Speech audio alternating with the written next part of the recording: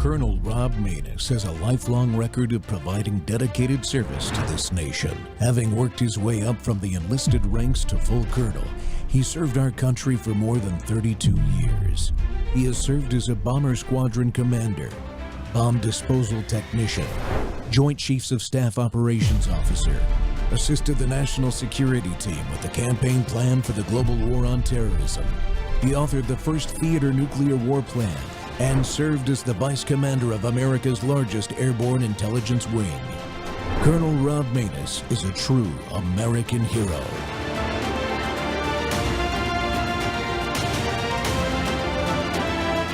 This is Rob Maness Live.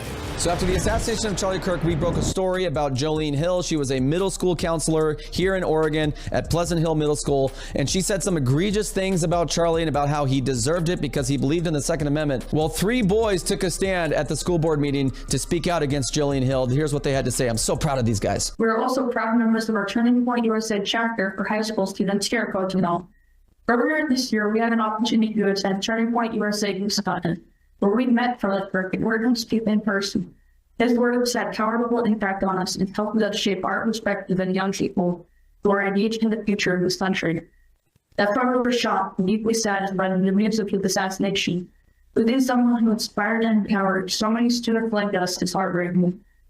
What made it even harder was learning there's an adult employed by this district who carries the position of authority over students who openly praise his death on social media. As students, it's difficult to feel safe and supported when we know there are educators who celebrate violence against someone whose beliefs align with ours. We are not asking everyone to agree with Charlie Kirk for 4 hours, but we are asking for basic human decency, professionalism, and accountability for building trust with guiding students. No one, student or adult, should celebrate political violence, and no student should fear bias or mistreatment because of their beliefs. Well done, gentlemen. We need more young men like you to rise up in America. Keep being bold. Keep being courageous. I know Charlie is proud of you. We are proud of you. Thank you for taking a stand. We got to continue to stand against evil. We're not letting this stuff slide anymore, man. Let's go. Welcome back to Training Tuesday. The Rob Maness Show's live on Worldview Tube and our X Spaces simulcast. Well, only one man has to take a stand to start a change. It only took one young man to stand up over 10 years ago that led to the change in our country that you just witnessed in that clip. Young men and women are stepping up after Charlie Kirk's murder, first in his defense publicly, and even more importantly, now to take action to keep the movement alive and end the momentum.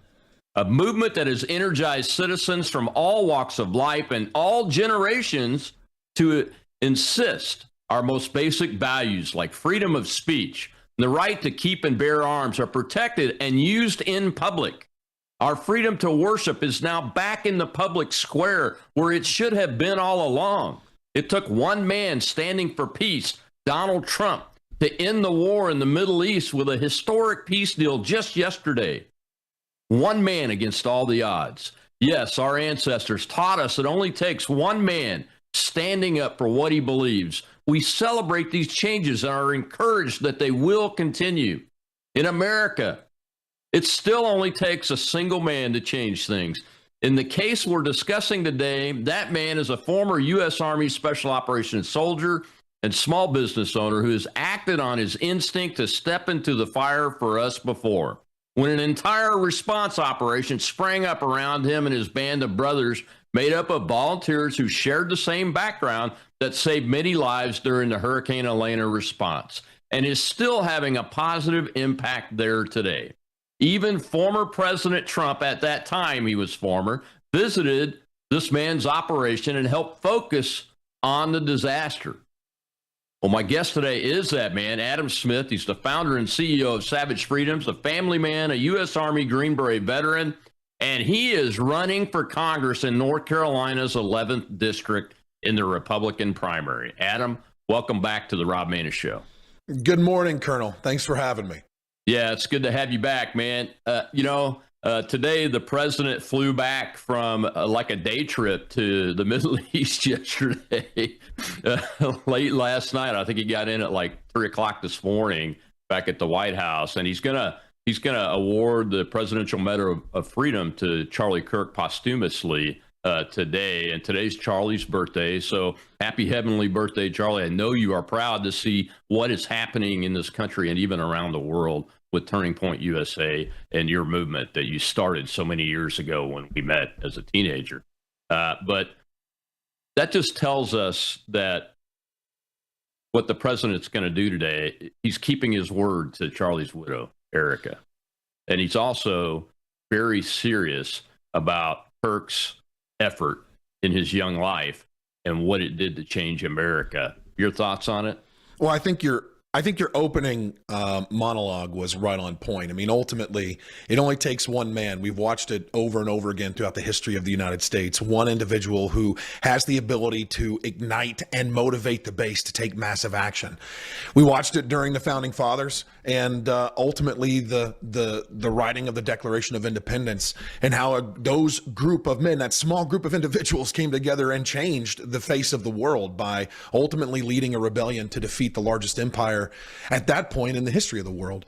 And I think, ultimately when it comes to what Charlie's doing and what he's done and now what Turning Point is doing, it was always about putting his faith first. It was always about putting his belief in God first. I mean, the thing he wanted to be known most for was being courageous in his faith.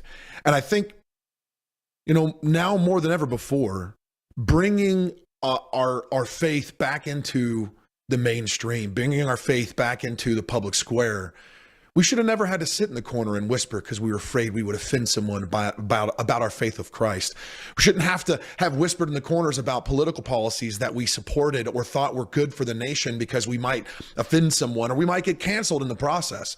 There is a spectacular revival happening across the country, and it's going to take young people. It's going to take people under the age of 45 to take massive action and continue to move this movement forward, because it's their voices. We are the next generation. And it's the guys that are my age, the guys that are younger than me, the guys that are in their late 20s that are going to have to continue to carry this message forward and continue the mission. Yeah, I think you're absolutely right. Charlie would have been 32 years old today.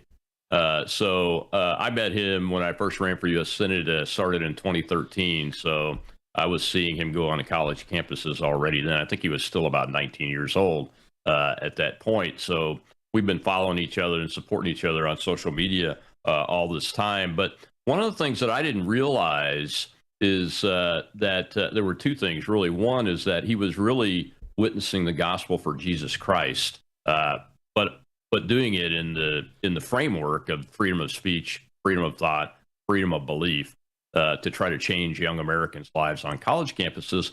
But, up until last year, I really had never been able to get to any of his big events that he's did. And he was really very good at it. I actually got to speak at AmFest last December from the stage. And the interesting thing that struck me was I didn't realize that Charlie had energized my generation and the generation 10 years before me. I'll be 64 next month. So the boomer generation, and I'm like right at the leading edge of the X generation. I didn't realize that those folks were as energized as the young people. And it was at the events that you could see that, because they would come together in one room and it would be about 50-50. Yeah, I spoke, or I've spoken at 2 or 3 different Charlie Kirk vigils at this point, and I'm going to be speaking again tonight in Waxhaw, North Carolina, at another Charlie Kirk vigil.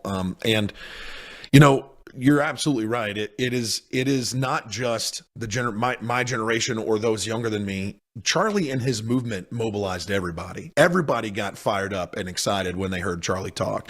And I think more importantly now than ever before, watching what happened to him nationally and internationally. I mean, it was all over the news everywhere. It was all over the internet. You couldn't not see what happened to Charlie, even if you were trying not to see what happened to Charlie. It's mobilized Christian conservatism in the United States like nothing I've ever personally experienced in my lifetime. And I think that we're at a point now more than ever before, people have to remember that Charlie's mission was not to sit quietly on the sidelines. Charlie's mission was to evangelize the word of God and also at the same time promote the founding principles on how this country was founded upon. And I think if we recognize that, we as Christian conservatives, in general, we as conservatives in the United States, we have to remember that we now have a responsibility to carry that flag. The mission is to not sit on the sidelines. We get distracted too often with all the shenanigans that's going on in the world, and we get distracted by all of these other things that Kansas City shuffle, look left while we move right. The fact is that we have to stay target focused and mission focused like never before. And that targeted mission is to remember that the fight for the moral soul of our country is a 24/7 effort. And it cannot just be conducted by individuals who sit in seats of power or seats of office. It has to be conducted by every single American who believes in the foundational principles of this country, to mobilize themselves, to take personal action, to engage in civic discourse, to engage and have knowledge about the current events of what's going on, understand how the government functions in general, and change at the lowest level possible. Because that's where it starts. It starts in the school boards. It starts in the county commissioners. It starts in the town commissions and town mayorships. If we can change at that level, then we have the ability to change power at the top. But the only way it happens if we remember that this mission to exercise our rights and our freedoms every single day, to not sit quietly on the sidelines and abdicate our voice to an opposition that won't sit quietly on the sidelines, who has proven over and over again that they'll do literally whatever it takes to manipulate the mass, to manipulate the message in order for them to win and maintain power and strip the rights of the people away every single day. That was Charlie's mission. He just did it in such a unique and I would say dignified manner that we don't see that often. Yeah, he reminds me of, and I'll be honest, the part about witnessing the gospel almost got past me. I mean, I started to notice it really after he became a husband and a dad is when it first came out. But he was doing it all along. If you go back and look at even the clips that I've seen that about the time that he and I met years ago, he was still doing it, but it wasn't as prevalent because, you know, he wasn't talking about being a husband and a dad and going out and having kids, you know, and saving the world. That basically, that was his viewpoint. Go out, get married, have children, save the world. That's what he was talking about at the end there. At the very last moment, he was absolutely talking about doing that very thing in a place that he loved doing it at. But what's interesting, and before we go to this first break, I want to get your take on it. But what's interesting is that the British in the Independence War days, in the run-up to that, came up with a derogatory term called the Black Road Regiment that they used for pastors that were preaching liberty from the pulpit. The pastors took that on, and when the revolution started, they literally took their black robes off in the pulpit to show their Continental Army uniforms and went off to help fight the War of Independence. But that network of pastors is something that we've been missing. And that's what Charlie really was doing, was being the messenger, not just for Christ, but for liberty, which is the most basic core value, reason for being of our entire concept here in the United States of America. And he was doing it in such a way that the pastors of today, most of them don't even recognize it. I can't tell you how many church services I've been in, but where the pastor hasn't mentioned Charlie Kirk in the last month. And when you asked him about it, my wife did this very thing. She went the very first Sunday because we've been in church shopping mode in our new location here for a couple of years now. And she's told the guy didn't mention him in his sermon. And she walked up to him and said, "Hey, you know, I just want you to know that I'm here because of Charlie Kirk. I decided to come back to this church and give you guys another shot because of him. Why didn't you mention him in your sermon?" And the guy goes, "Oh, my grandsons love him and everything and blah, blah, blah." But he never would explain why. And it's because of timidity, a lack of moral courage, a lack of the ability to see. And that's what you're talking about. When you're talking about, and we're talking about people that are not in power having to be the ones to shoulder this movement and this energy. That's the kind of example we have to show people so that those pastors like that can see and really get behind the movement because we need another Black Robe Regiment. Yeah, I think, you say the term timidity, and unfortunately, I think our politicians have gotten to a point where they forgot the concept of being a statesman. Being a statesman is not being a career politician. Being a statesman is not constantly seeking the trappings of whatever office or title or seat that you sit in. Being a statesman means that you have a target and a mission to accomplish when you go to the Capitol. And then when you're done with that mission, you go home and you go back to being a productive member of society. On top of that, no longer being timid because you're worried about offending someone for your next reelection ploy. I think at the end of the day, this is the number one conversation I've had with so many people while we've been on the campaign, which is this. It's about time that someone stands up and is willing to actually voice what's actually going on for the American people, and somebody that's willing to go and, if they have to, flip over tables and kick down doors. It's what we did very well in the military, Colonel. You know that. Yeah. I know that. It's what we did. Yeah. Why isn't that same mentality being held by those individuals who call themselves selfless servants or servants of the people? Because politics has shifted. And you and I have both seen it in our lifetime. Politics has shifted away from being outspoken individuals about supporting your constituents and we the people, and turning into a politician, which is a career individual only seeking reelection. And 9 times out of 10, it's at any cost. And I think that there has to be a major pushback on this. And we see it happening. We see guys like, Congressman Pat Harrigan stepping up, Senator Mullins. We see Senator Ted Budd. There's a lot of individuals who are willing to speak up and push back. And we're watching them firsthand do it. And we're also watching them call out timidity and take massive action. And they're doing it in such a way that's in the betterment of the American people. We have to see more of that. We have to see more statesmen take action and less politicians. We certainly do. And more money changer tables tossed in the temple like Jesus Christ did, which is what you're talking about. We'll be right back with Adam Smith after this commercial break.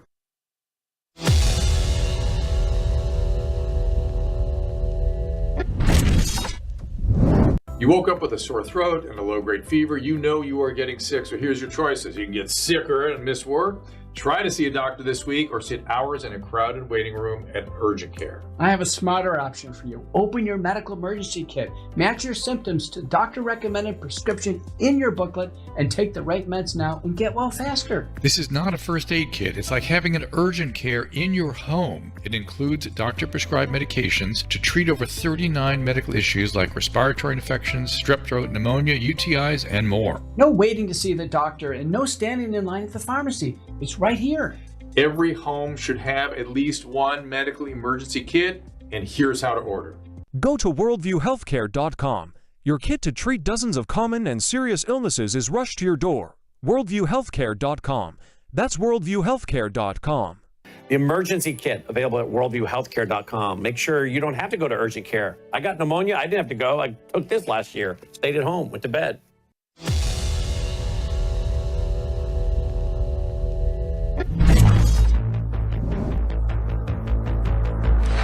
This is a town hall, so let's get to some questions. Let's do it. The first question is from Adam. How are you, Senator Maness? What's up, man? How you doing? Good, a little tired. For the last 14 days, myself, my fiance, and some awesome pilots behind us have been delivering supplies all over Western North Carolina. God bless you guys.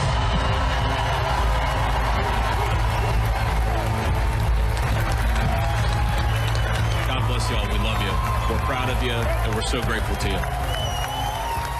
The question is, can we have the conversation about revamping a national disaster strategy so that we can utilize retired veterans and special operations personnel who have been leading the charge hands down in Western North Carolina and effectively provided food, supplies, and medical aid and assistance to thousands and thousands of lives, and revamping the national disaster strategy in the United States so that we can make it more effective? I am sick and tired of weak representation in Washington. Aren't you? I think it's about time we have leadership with backbone in Congress.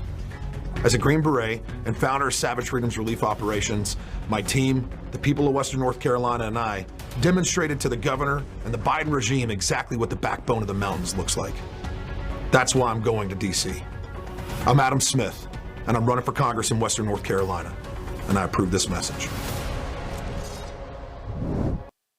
Welcome back to the Rob Maness Show. And, it's Charlie Kirk Day is what it is here in the United States of America. And my opening monologue talked about one man.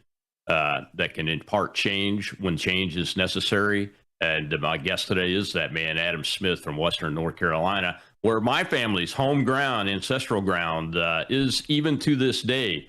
There are Manesses living in that part of our country. And Adam is the exact type of individual from those mountains, from that ground, that Americans have fought for since before the American Revolution and bled and died for all the way up to today. And he's running for Congress, not because it's personal, but because he sees what needs to be done, and the people with the power are not doing it. Adam, welcome back to the show. I had to show the little video there from your campaign website because it tells that story. You guys did a great job with that. It tells the story of why in a very short period of time. What are the main pillars of policy pillars of your campaign? Well, the very first thing that we're looking at is reorganizing FEMA. You know, there's been this big conversation about disaster response and disaster relief, and the money has not been flowing as effectively and efficiently as it could be back into Western North Carolina. And there's a lot of my neighbors that are still living in campers. There's a lot of my neighbors that are still trying to figure out how to rebuild their business, and they're holding bags of small business loan debt that they've already got. And right now, really their only options 9 times out of 10 is to file or submit for a small business associate, an SBA loan, which gives them another bag of debt. So, you know, we have to be able to look at the effectiveness and the efficiency of moving taxpayers' dollars that they've already paid in taxes back to them. And ultimately, we have to do away with continuously pulling power back into the central government. The idea is to reinforce and incentivize the states to be able to process their own issues and handle their own issues and run their own money. And so reorganizing FEMA is a major, major, major priority, as well as getting the dollars to flow in a more fluid manner. Look, we're talking about $55 to $65 billion worth of damage in Western North Carolina. There's so much infrastructure redevelopment and small business reinvestment that has to happen that we have to look at a multitude of different options. President Trump in his first term decided to use these things called opportunity zones. Phenomenal concept, great tax incentive for small business development. Well, we have a great opportunity for reinvestment into the region, and that should be a conversation that we have with the president, which is what sort of opportunity zones can we bring into Western North Carolina to incentivize the investment and regrowth in small businesses? That's one piece. That's one of the biggest focuses. The second biggest focus, more than anything else, is business and industry. Industry has been fleeing Western North Carolina for a very long period of time. And in the process of that leaving, we've lost jobs, we've lost revenue, and that revenue has shifted over into primarily being tourism revenue. Now, it's not necessarily a derogatory thing to have your revenue from tourism. The problem is when you put all your eggs in one basket. And a majority of the small businesses in the region are triply damaged because they are holding a bag of debt. The only way to rebuild is to get another bag of debt. And now they're out almost 2.5 quarters of potential revenue generation because tourism has been on the down, has been lower since the storm happened. So, you know, look, if we can look at the ability to move taxpayers' dollars that have already been paid in taxes in a more effective and efficient manner to incentivize states and empower states to take that action and let them manage it at the lowest level possible and move power out of the central government and back into the hands of states, I think that changes the effectiveness and efficiency by which we can make this happen. That's a big goal, my friend. You know, money is power, and centralized power is even more power. And the yahoos that are career politicians up there in what my friend Mike Church calls Mordor in Washington, D.C., what I call the swamp, is the central organ of power that is husbanding those dollars that you're talking about, that you and I have paid, and your voters have paid already in. And how dare you want to bring that back to the state where they were paid into to do the right thing and give power back to the people? Look, President Trump and this administration has already taken massive actions to reduce spending at the federal level. Now, I know everybody said the big, beautiful bill came out and it added another $3 trillion in spending. Well, sure, it's added another $3 trillion in spending over a period of time. But at the same time, we're watching real time the reduction in the federal government workforce. We know that it becomes a problem when the federal government employs more people as a whole than any other business in the country combined. That's ridiculous. That was never the founding fathers' intention when it came to the formation of this country. So if President Trump and this administration can reduce the workforce, reduce spending, and ultimately negate the so-called necessity for more taxpayers' dollars getting pumped into the federal government, then maybe we should reconsider how many taxes are being told onto the American people and let them keep their money and keep their money at the lowest level. I'm 100% certain that the American taxpayer knows how to spend their dollar better than the state or the federal government does. So a major reduction and overhaul in taxes, a major reduction and overhaul in how much money people have the ability to keep vis-a-vis how much money we want to continue to pay to a government that just wants to send those dollars overseas. Look, we watched real time in Western North Carolina when people were still living in the depth of winter in tents and campers. And we watched FEMA under the Biden regime cut something like 22 million, it was maybe even $22 billion, and sent it to illegal alien housing facilities in New York. And that's not a conspiracy theory. We know that to be a fact because they came out and stated it. They also came out 10 days into the new fiscal year and said, we have to reduce our spending because we're not going to have enough money for the rest of the year when it comes to disasters. That's American taxpayer dollars. While we in Western North Carolina were living in tents in the winter, money got sent to New York and other locations by FEMA, which is supposed to be the disaster relief organization of the country. And it didn't go to the people that needed it the most. It went to illegal aliens in this country. That is not how we spend the American taxpayer's dollar. And I'm pretty certain that we as taxpayers would have kept that dollar in our pocket if it could have helped us recover from this storm. Yeah, absolutely. The on your initiative to reform FEMA. Now, the president ran on, if I remember correctly, some kind of concept that eliminated FEMA the way it exists today. How would your proposal fit into the president's policies that we're seeing developed from a public perspective? It's coming out slowly, I think. Yeah, it's coming out really slowly. I haven't seen anything come yet from the FEMA Review Council that was founded nearly a year ago at this point. But I think some of the critical takeaways would be, the first thing is rather than doling funds into FEMA and those funds then get pumped into each individual agency like the Department of Transportation or Housing and Urban Development, HUD and DOT already have disaster relief buckets of money. So how about we let HUD and DOT what HUD and DOT does and work at the federal and state level as agencies rather than trying to have a singular choke point, which would be FEMA with its coordinations on how that functions and operates.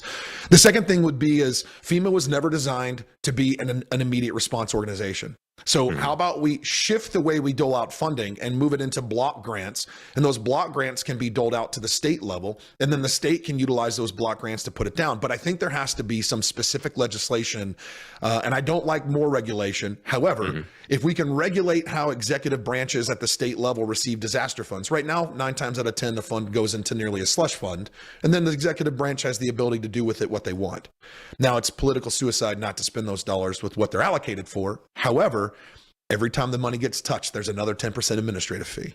So $100 million comes down, $10 million disappears. And by the time that dollar gets to the taxpayer, we're sitting at 40 or 60 cents on the dollar versus what the actual dollar was coming out of the original allocation. So we have to change how dollars are appropriated. We have to change how dollars are moved, and we have to change the legislation on how they're spent when it gets down to the state level. Now, I know that sounds contradictory, but ultimately it's not, because that's specifically disaster relief funds. And if those funds are used to rebuild roads, rebuild infrastructure, rebuild small businesses, and block grants at a state level, which would be another conversation to be had with state legislation, that incentivizes those dollars to get to the lowest level possible, and that's the target. Exactly right. Well, we're going to take another commercial break. We'll be back with Adam Smith, congressional candidate in North Carolina, District 11, in the Republican primary. He's the Republican you need, folks, because the other guy didn't get the job done. We'll be right back.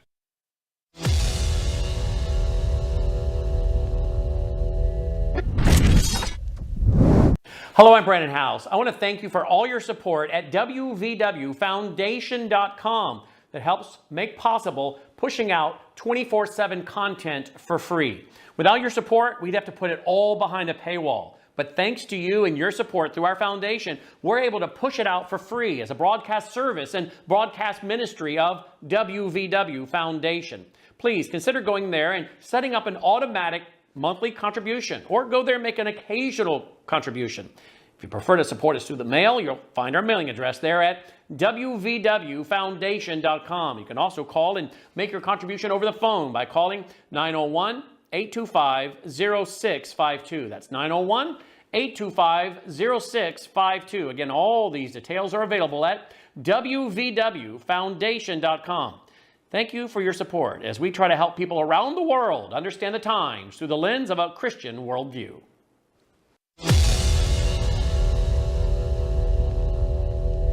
And life is too short to sit on the sidelines. There is a moral crisis that's happening in the United States, and the moral decay that we continue to watch, it has to be abated. And to sit on the sidelines means that we abdicate our voice. We abdicate as conservatives. We abdicate our position to push back and have a say in the direction of this country and this government. And when my daughter is 20 years old, will I be able to look in the mirror and tell myself that I did everything I could to be a service to my country at every opportunity that presented itself? And is this country a better place? And is it ready for her to step into the world to create some level of success?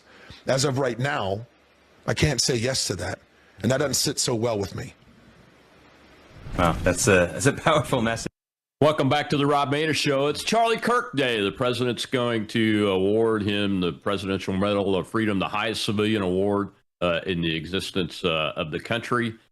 Today, on his birthday, or his 32nd birthday today, because he's an American patriot that sacrificed his life for the basic core values of things like freedom of speech, freedom of assembly. And we have to find those men and women that are willing to step into the arena. And that arena is the political arena, the arena that Teddy Roosevelt spoke about in his poem, The Man in the Arena. You have to do it. We have to get this job done. And once they're in the arena, they have to stay for as long as it takes, whether they're in office or out. Believe me, I've lived it since 2013, and my family's lived it, and we have to stay in here because this fight is worth the effort. And my guest today is Adam Smith from Western North Carolina, Congressional District 11. He's a Republican primary candidate for the congressional House seat there in 2026. And Adam, that clip there, I had to show it because you talk about when your daughter's 20. My youngest son turned 21 today, or a couple of days ago. And that's what I was thinking about when I decided to run for office. So you're doing this for the right reason, is my point there. And that's important because it's going to get rough. It's going to get tough. You said in the first segment that you mentioned manufacturing needing to come back to Western North Carolina and the entire state of North Carolina. What kind of manufacturing was there before it all went to tourism? Well, you know, interestingly enough, we still have a few manufacturing companies that are quite large. Baxter, which is the #1 manufacturer of all IV products for the most part in the United States. There's a Pratt & Whitney location that's in Asheville. But before that, we had paper mills and we had lumber yards and we had blanket factories and there was a multitude of different major industries that were in the region that didn't just provide jobs, but provided jobs and community. I mean, the whole reason why the city of Canton really exploded and grew was because of the paper mill that was there, that has been there for nearly 110 years. That's recently was shut down in the last couple of years. And so, you know, that's the industry piece. But, you know, to your point, when you said your son just turned 21 and I talked about my daughter, I think every parent believes that their children deserves better. And I think that every parent, and I really do believe that if they're a good, true, legitimately good parent, then they want better for their children and they want to be outshined for their children. The question that we have to ask ourselves is, are we doing enough? And Every night I go to bed, I have a pit in my stomach because I feel like I haven't done enough that day. And when I wake up in the morning, the next morning, I have this, it's not panic or anxiety, but it's this drive, this something inside that says, get after it because you have to do more today. And when my daughter is 20, the question will always be asked. And I will always ask the question. I ask the question every day now as it is. Have I done enough to be a good father? Have I done enough to show up in my daughter's life? Have I done enough to prepare the world for her, not the other way around? My daughter is going to be prepared when she steps into the world. Her dad is a former Green Beret. Her mom is a super fit, extremely intelligent lady, like phenomenal woman. My daughter is tough. She's the princess tomboy. She likes to run around in her princess dress, bare feet outside. But the real question is going to come down is, have we prepared the world? And that requires us to be engaged. And that requires us to do more than just to sit back and be quiet and want to be left alone so that we can go to church, go to work, and raise our family. It requires more than it requires a dedicated, consistent, and concerted effort of showing up, speaking up, and standing against what's happening in our country. Yeah, exactly right. So now that you have stepped into this political arena, what is your plan to win?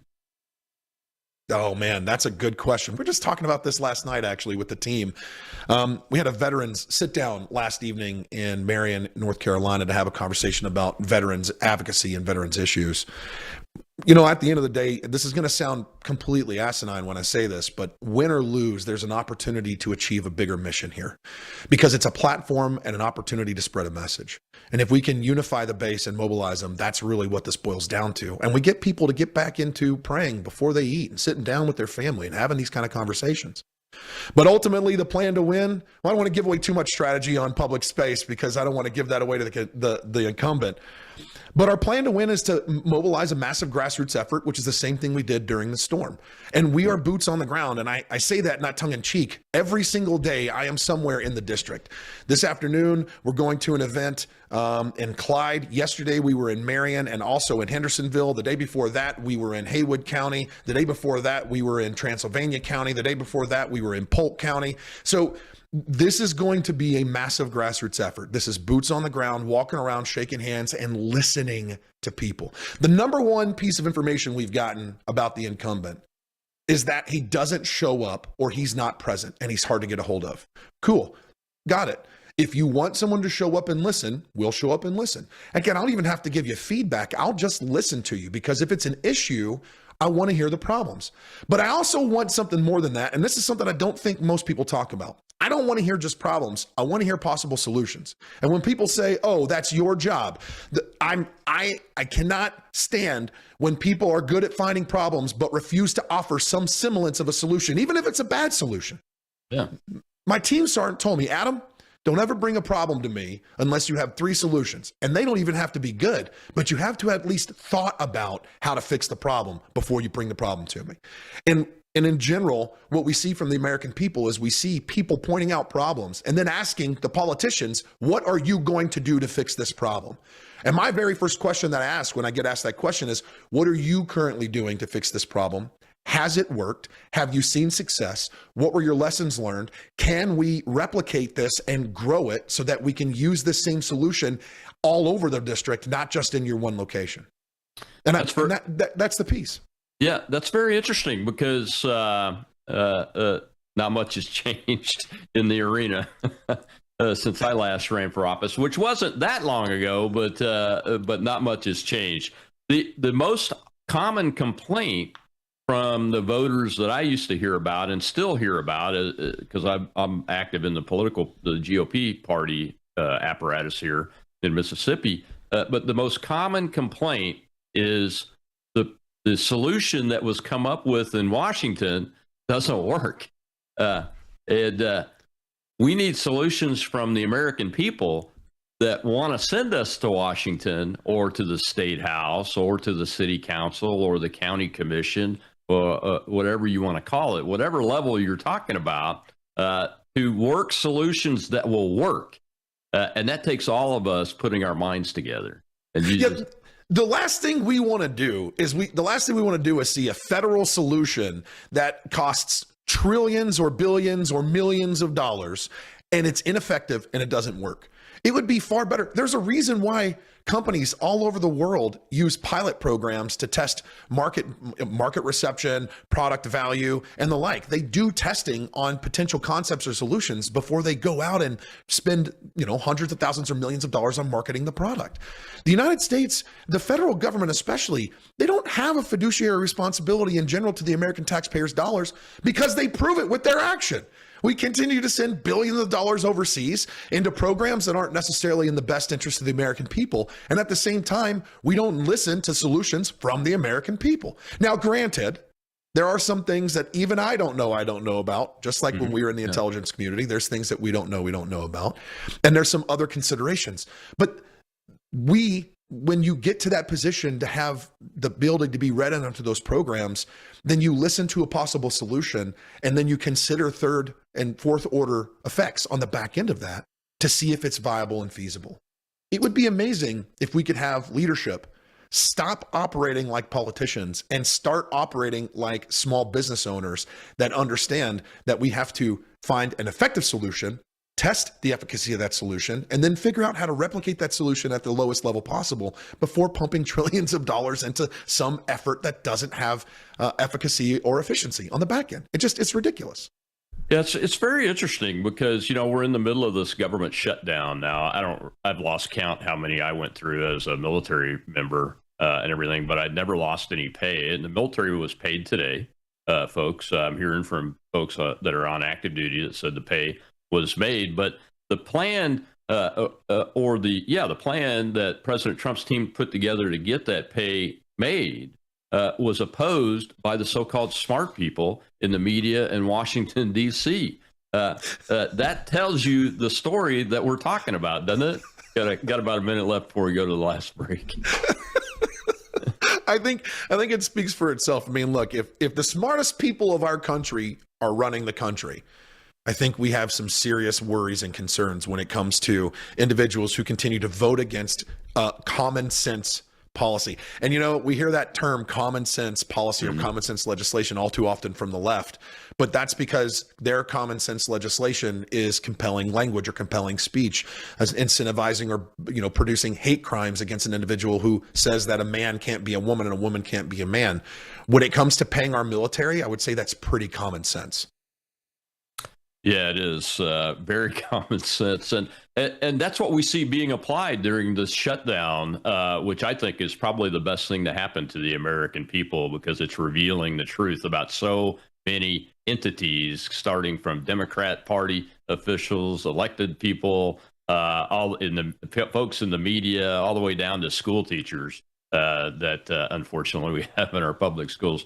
Well, we got to take one more break, and when we come back, I want to shift focus to foreign policy a bit and talk about this peace plan that the President of the United States has pulled off so far, phase one of it, and then phase two, and what ideas you'll offer as a congressional member in that process of developing a sound national security policy that doesn't include endless wars.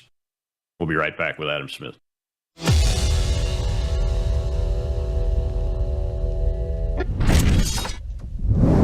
News is moving faster than ever, and so are we.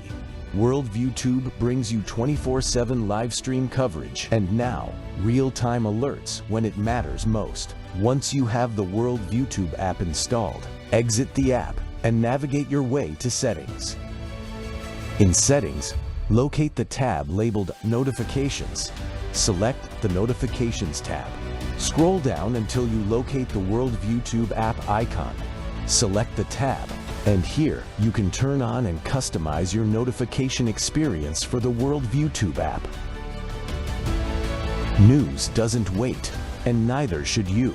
Turn on push notifications to stay informed. Every headline as it happens.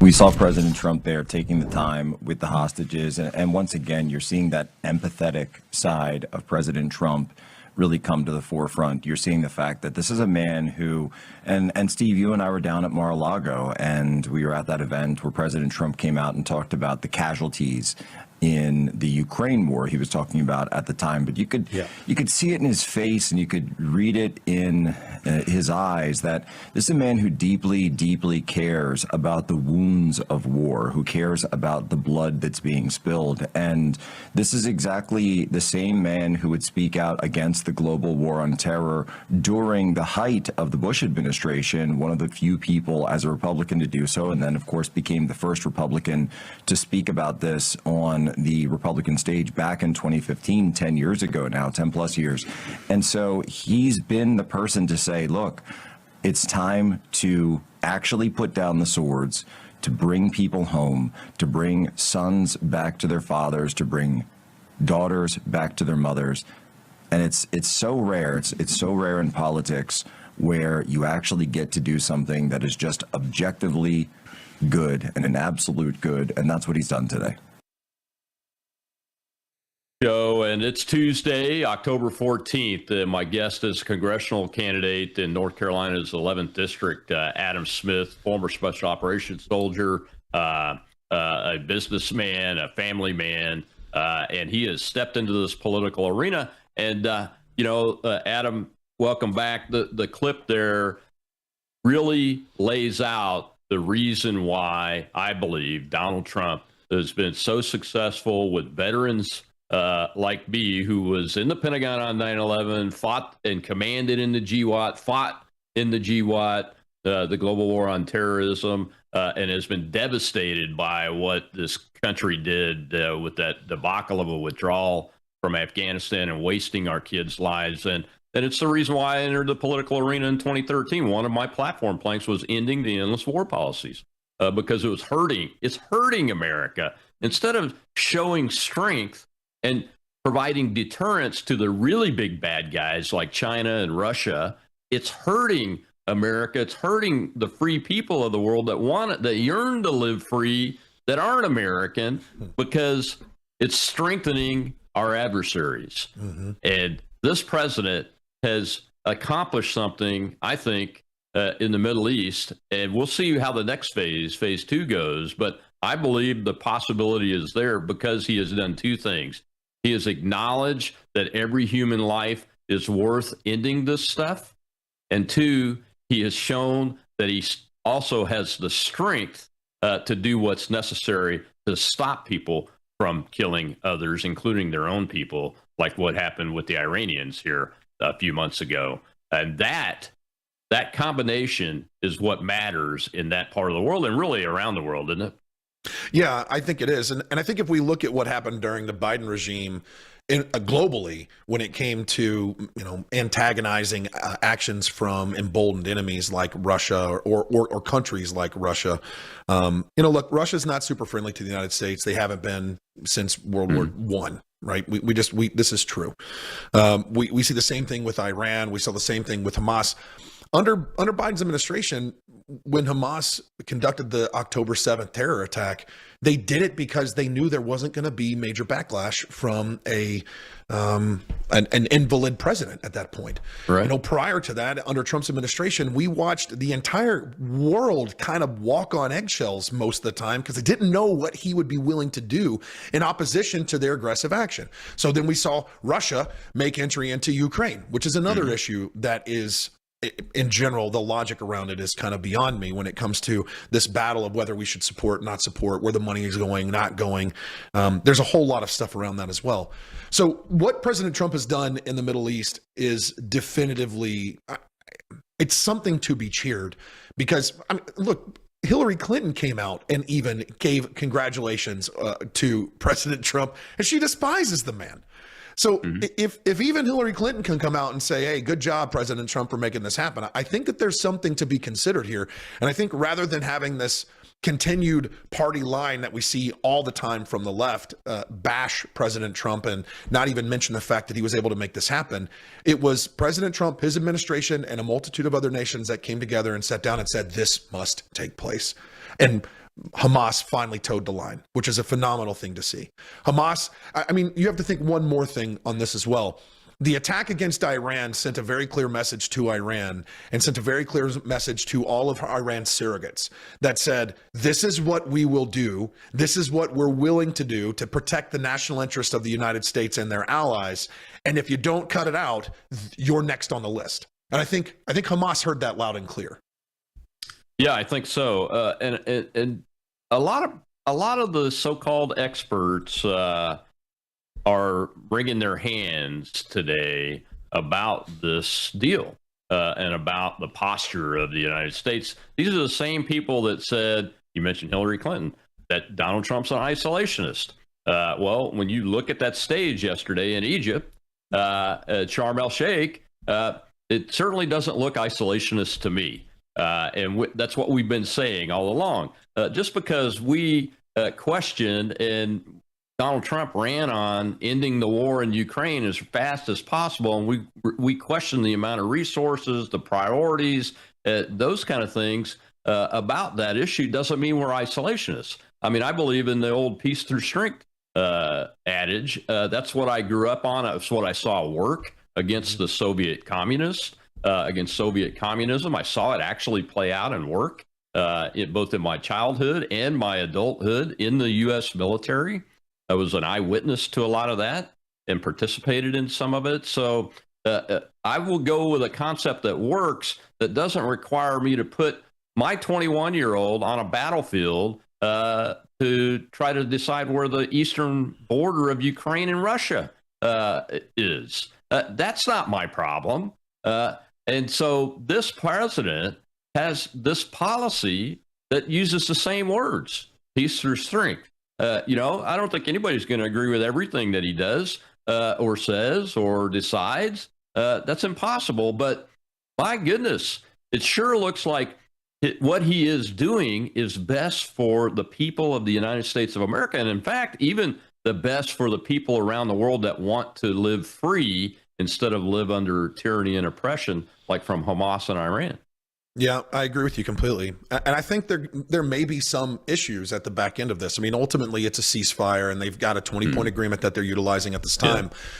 But part of that agreement is to release prisoners from Israeli jails that have life sentences that 9 times, I think a majority of them have been arrested for heinous crimes. And we're going to put those people back into circulation. So I think that there's going to be some other issues on the back end of this. I think the initial ceasefire is a phenomenal opportunity to continue the conversation and to generate some leverage from the international community against Hamas as a terror organization and see what we can do to help rebuild Gaza and that region into something that could be better. I mean, look, millions of dollars, at this point, billions of dollars has been pumped into the pockets of the Palestinian Authority and Hamas and its leadership. And a majority of that money never made it to the people of Gaza. Not a penny.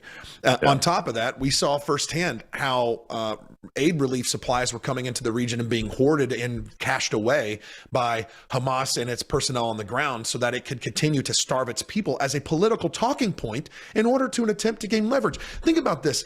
If the president of the United States and all the senior leadership decided to hoard supplies from the American people all the way down to the state level or the county level in order to create some level of propaganda in opposition to an enemy that's ideologically opposed to your religion, your faith, and living on earth in general, the American people would raise up. They would raise up in such a way that the Civil War wouldn't even be able to touch what would happen if the American people found out that took place. And yet we still don't see that level of pushback from the people in Gaza right now when it comes to Hamas and its leadership. So I think there's going to be some further consideration and conversation that has to happen on the back end of this, because I think there's still going to be some problems over the long term when it comes to Hamas's role in the region. Yeah. What I like about the plan is that it involves primarily Arab Muslim nations that have never stepped up before because they haven't had the space. And I think President Trump's approach has created the space for them to be able to do that so they can exercise their will and their power. And that's what I'm hoping. I know hope is not a course of action, but I see that as that's opening the door to get the Hamas solved, which really has to be that Hamas can have no more political or military power at all ever again I think in any way whatsoever. That's going to Sorry, I think that's going to be a critical piece. That has to happen. Yeah. And to your previous point, I just want to add, the idea that when the world devolves or countries devolve into kinetic warfare, that the United States has to immediately throw troops into the fight is this concept that we have to move beyond. Right? Yeah. The way we handle the situation, with President Trump and the administration has handled the situation through diplomacy, through realpolitik, by applying economic sanctions, and also demonstrating the projection of geo-military strategic force and power around the world. That's the way to do this. Do it in a way that preserves the life of the American people. That is an American first agenda. Exactly right. And that's what your agenda is America first in your campaign. We got a couple minutes left here, Adam.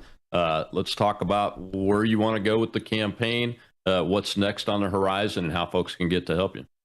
Well, first, if you have an interest in learning more, you can go to adaminthehouse.com.